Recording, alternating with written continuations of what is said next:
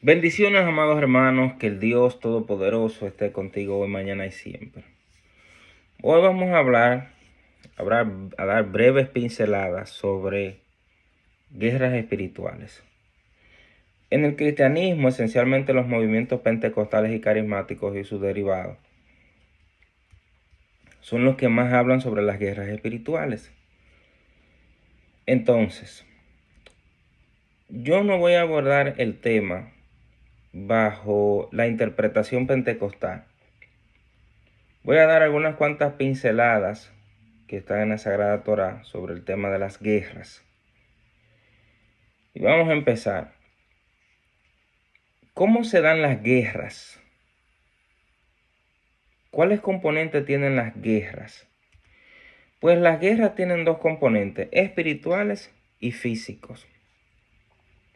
Normalmente nacen en el mundo físico y tienen soporte en el mundo espiritual. Repito, las guerras normalmente nacen en el mundo físico y son soportadas, influenciadas, apoyadas en las huestes celestes. Por ejemplo, ¿cuáles son los enemigos del hombre? Los enemigos del hombre es su carne, su propio ser es el enemigo número uno del hombre.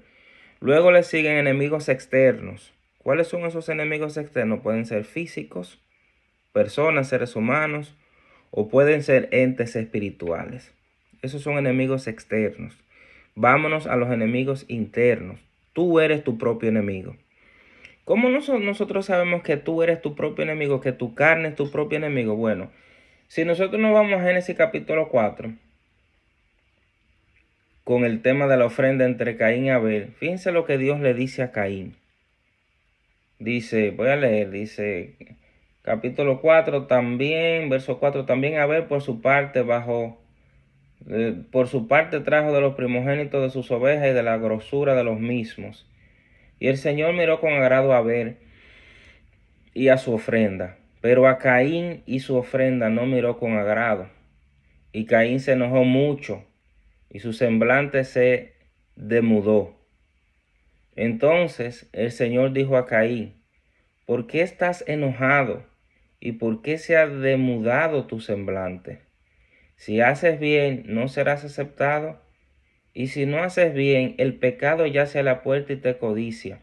Pero tú debes dominarlo. Fíjense que Dios no le está diciendo a Caín. Dios no le está diciendo a Caín. Los demonios están ahí, son los que te están influenciando. Fíjense que Dios le está diciendo que el pecado está a la puerta y te codicia, pero tú tienes que dominarlo. O sea, es una condición interna tuya. Tú tienes la facultad, fíjense que Dios le está diciendo a Caín, tú tienes la facultad de dominar eso que te está impulsando a hacer cosas malas. Esa debilidad, ¿por qué hizo Caín? Mudó su semblante. Empezó a pensar cosas malas. Se disgustó. Hay muchas razones dentro del judaísmo, dentro del cristianismo, por las cuales Caín, su ofrenda no fue acepta, etcétera. No voy a entrar en ese detalle. Vámonos al tema de Caín, su sentimiento. Caín mudó su semblante. Caín dejó arrastrarse por la debilidad que había en él, en su carne, en su propio ser. Y comenzó a pensar mal, pero Dios le dice, tú tienes la facultad. Antes de eso, eso fue una guerra espiritual, una guerra. Caín tuvo una guerra, consigo mismo tuvo una guerra. Antes de esa guerra hubo otra guerra en la humanidad, y es en el jardín del Edén, cuando la serpiente comienza a influenciar a Eva y Eva a influenciar a su esposo. Ahí la guerra empezó, algo externo influenció la caída del hombre. En el caso de Caín, no hubo ningún espíritu. La Biblia no registra que ningún espíritu estuvo por ahí. Era algo interno de Caín. Cuando nos vamos al becerro de oro, que pasó en el monte Sinaí, nosotros nos damos cuenta de que el pueblo de Israel, la nación de Israel, tuvo una rebeldía. Construyeron un becerro de oro. ¿Por qué construyeron un becerro de oro? ¿Qué motivó al pueblo de Israel a construir un becerro de oro? ¿Fueron demonios que influenciaron o fue algo intrínseco de ellos que provocó la creación del becerro de oro? Eso es una pregunta. La Biblia no registra en ningún momento, en ese momento, de que esa guerra que se estaba forjando dentro del pueblo de Israel tenía una condición espiritual. Era una condición, la idolatría es una condición propia del ser humano que se desarrolla a nivel interno, que el ser humano tiende a tomar lo creado y a tomar las cosas creadas como superior a él y adorarla por encima del Dios viviente y todopoderoso, porque el ser humano necesita un contacto físico para entender el mundo por la condición en la que nosotros estamos hoy día. Si nos vamos al caso de David, David tuvo una guerra espiritual consigo mismo cuando deseó a Betsabé. ¿Acaso no sabía David que Betsabé era una mujer casada y que el adulterio y la fornicación y el asesinato estaban prohibidos por la Torá? Claro que David lo sabía. ¿Registra la Torá que hubo alguna influencia demoníaca sobre eso? La Torá no registra eso. Si nos vamos, por ejemplo, al libro de Daniel, sí, hay una influencia espiritual y Daniel tuvo unas revelaciones de unos príncipes que habían guerras en los aires. Ese es otro caso. Y así sucesivamente, en muchas ocasiones, la Biblia registra que hay influencias espirituales. En otras ocasiones, la Biblia cita que hay influencias que se generan dentro de ti mismo. Tus decisiones afectan lo que tú haces, lo que tú decides.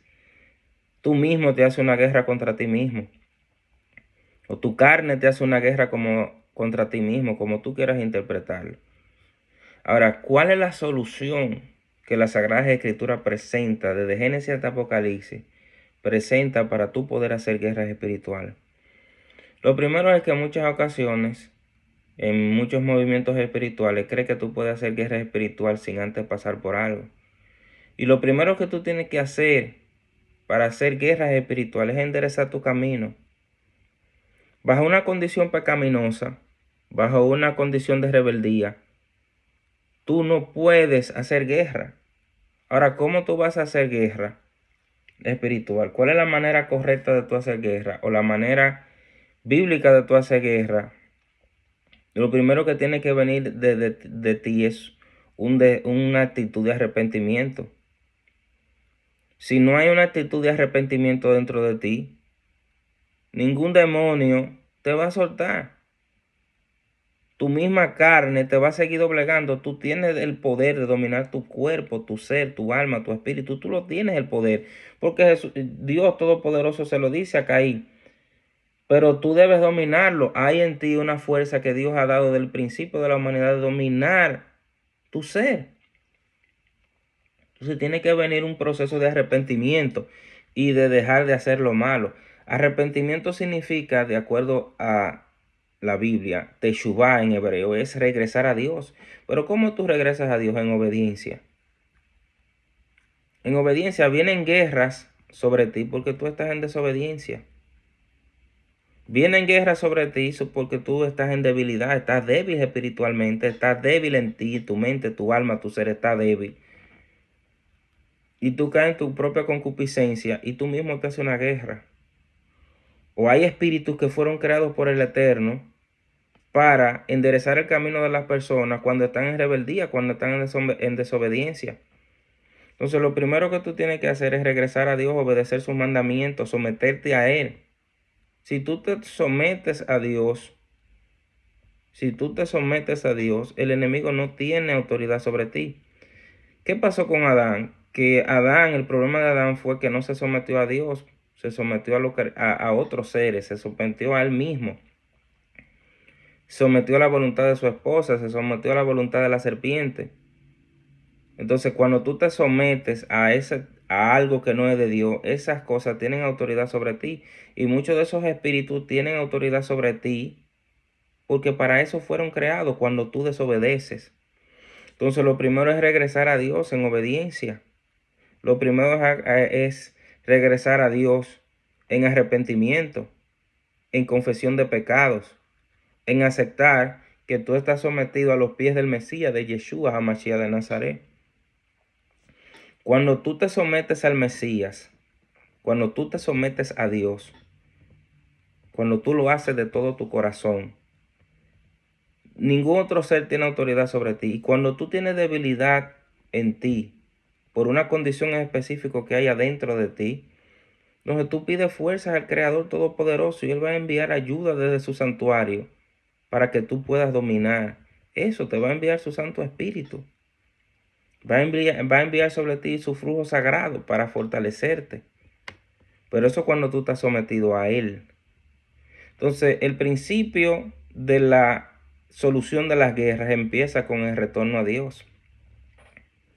Hay guerras que se materializan físicamente, que tú vas a tener batallas con otras personas, países contra países, familia dentro de familia, amigos, o por ahí personas que te van a hacer la vida imposible, vas a tener guerras con ellos.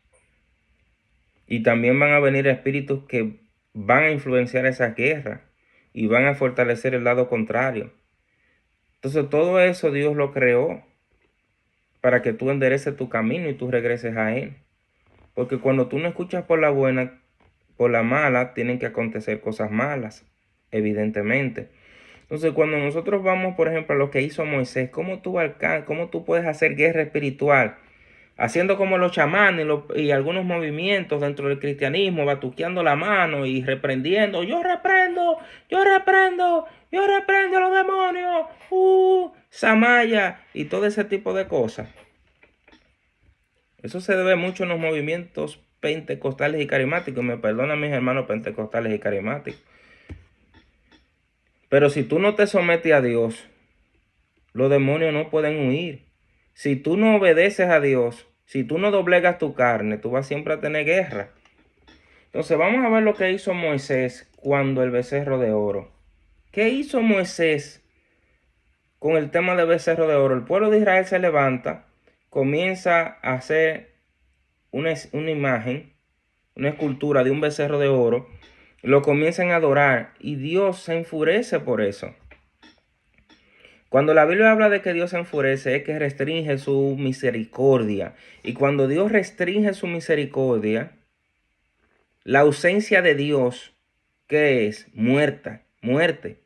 Entonces, cuando Dios restringe su misericordia, evidentemente la ausencia de Él trae muerte sobre la humanidad y sobre toda la creación. Entonces, cuando tú pecas, tú estás provocando que Dios restrinja su misericordia, porque Dios representa la vida absoluta. Y la vida de Dios que está en nosotros es manifestación de su misericordia. Por tanto, cuando tú pecas, tú te alejas de Dios y entra al sector de la muerte. El universo y toda la creación se sostiene porque de Dios emana vida. La ausencia de Él es muerte. Entonces, ¿qué hizo Moisés para contrarrestar lo que en la Biblia dice de que la ira de Dios se enfureció? Es decir, sus atributos de misericordia y de gracia comenzaron a irse, a no fluir sobre el pueblo, y entonces vienen atributos de justicia y vienen otras cosas. Entonces, ¿qué hace Moisés después de eso? Lo primero fue que Moisés fue con un espíritu de intercesión, de humildad. Clama a Dios bajo las promesas que Dios había hecho ya al pueblo de Israel y a los padres. Eso fue lo primero que Moisés hizo. Pero hay un secreto que está en el capítulo 34. Sí, voy a leer el capítulo 34. Verso del 5 en adelante. Dice entonces, y el Eterno descendió en la nube y estuvo allí con él proclamando el nombre del Eterno. Y pasando el Eterno por delante de él, proclamó, dice aquí, el Eterno, fuerte, misericordioso y piadoso, tardo para la ira y grande misericordia y verdad, que guarda misericordia a millares, que perdona la iniquidad, la rebelión y el pecado, y que de ningún modo tendrá por inocente al malvado, que visita la iniquidad de los padres sobre los hijos, y sobre los hijos de los hijos hasta la tercera y cuarta generación. Entonces Moisés, apresurándose, bajó la cabeza hacia el suelo y adoró. Y dijo, si ahora, Señor, he hallado gracia en tus ojos, vaya ahora el Señor en medio de nosotros, porque es un pueblo de dura cerviz, y perdona nuestra iniquidad y nuestro pecado, y tómanos por tu heredad. Entonces Moisés recurre a los apelativos del arrepentimiento, de la humillación, pero a los atributos de misericordia de Dios. Dios misericordioso, compasivo, piadoso, tardo para la ira, grande misericordia y verdad, que guarda. O sea, Moisés apela a la misericordia de Dios, a la infinita misericordia de Dios, a la infinita poder de amor que se manifiesta de Dios en nosotros. Entonces Moisés hizo guerra espiritual, apelando a la misericordia de Dios, la gran misericordia de Dios, a una misericordia que es incondicional, a la misericordia incondicional de Dios. Es decir, sin importar lo que ellos hayan hecho, lo que los israelitas hayan hecho, por favor, perdónanos, porque tú eres misericordioso, porque tú eres benevolente, porque tú eres compasivo. Eso es hacer guerra espiritual. Hay otros componentes de la guerra espiritual, como por ejemplo, hacer ayunos, abstenerse de cierto tipo de alimentos, la oración continua, la humillación. Pero tienes que dejar de hacer lo malo primero. Tienes que arrepentirte. Moisés fue donde Dios en arrepentimiento. En arrepentimiento, en una le dice a Dios, mira, si tú quieres quitarme la vida, pero no dejes este pueblo. No lo dejes. Entonces eso es hacer guerra. Número 1, arrepiéntete, deja de hacer lo malo, endereza tu camino, confiesa tu pecado, acércate a Dios en humillación, apela a su gran misericordia, apela a Él a su gran misericordia. Tú eres cristiano, apela al sacrificio de Yeshua delante de Dios. No es que te ponga a hablar con los demonios. Porque algunos cogen algunos versículos del Nuevo Testamento donde Jesús está hablando con algunos seres espirituales, etcétera, etcétera.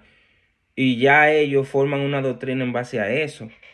Pero cuando tú miras los ejemplos de cómo nosotros debemos apelar al Padre a través de los méritos del Mesías, de su Hijo amado, para poder hacer guerras espirituales y guerras físicas, tú tienes que venir en arrepentimiento genuino.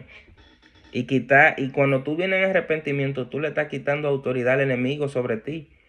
Y si tú tienes problemas en tu carne, Dios te manda flujo sagrado para fortalecerte, porque hay una condición que el Hijo sabe. Y el Hijo sabe que es estar en la carne. Y el de la carta de los Hebreos dice que él aprendió obediencia por lo que sufrió. Entonces, una de las maneras es el sufrimiento. Obedecer no es sencillo. Tú tienes que sufrir para aprender obediencia. Es el camino de todo discípulo del Mesías. La obediencia, ser obediente, requiere sacrificio. El evangelio que muchas denominaciones presentan hoy en día es un evangelio muy suave, donde no hay sacrificio, donde lo único que hay son jipetas y casas y bendición que sobreabunde. Sí, eso es bueno, eso todo está bien, pero cuando tú miras la condicionante de recibir bendiciones celestiales manifestadas en la tierra, tú tienes que someterte primero a Dios.